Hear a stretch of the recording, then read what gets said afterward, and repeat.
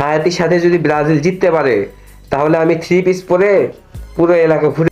কি হলো আর্জেন্টিনা ফ্যানরা, হালকা করে তোমাদের জায়গা মতো খোঁচা দিলাম। আমাদের ইতিহাস নিয়ে টানাটানি হচ্ছে, যেখানে তোমাদের প্রিয় টিম আর্জেন্টিনার আলজেরিয়ার মতো টিমের সাথে 3টা গোল দিতে সময় লাগে ফুল টাইম খেলে তারা 3টা গোল দেয়।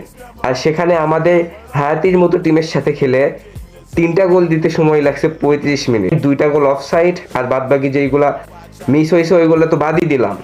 আমরা যদি ধরি, আমাদের তো মিনিমাম 7 থেকে 8টা গোলই হয়। 3টা গোল যে দিচ্ছে, তোমাদের জায়গা মতো খোঁচা লাগছে তাই না?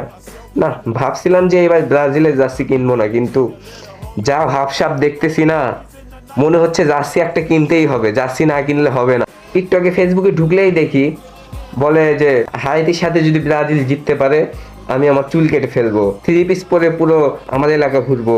তেমন আমার এলাকার এক ভাইও বলছিল হায়াতির সাথে যদি ব্রাজিল জিততে পারে তাহলে আমি 3 পিস পরে পুরো এলাকা ঘুরে বেড়াবো। বড় ভাই, আমি আপনাকে মেনশন করে আপনাকে অপমান করব না, তবে আপনাকে একটু এই ভিডিওর কমেন্ট বক্সে দেখতে চাই।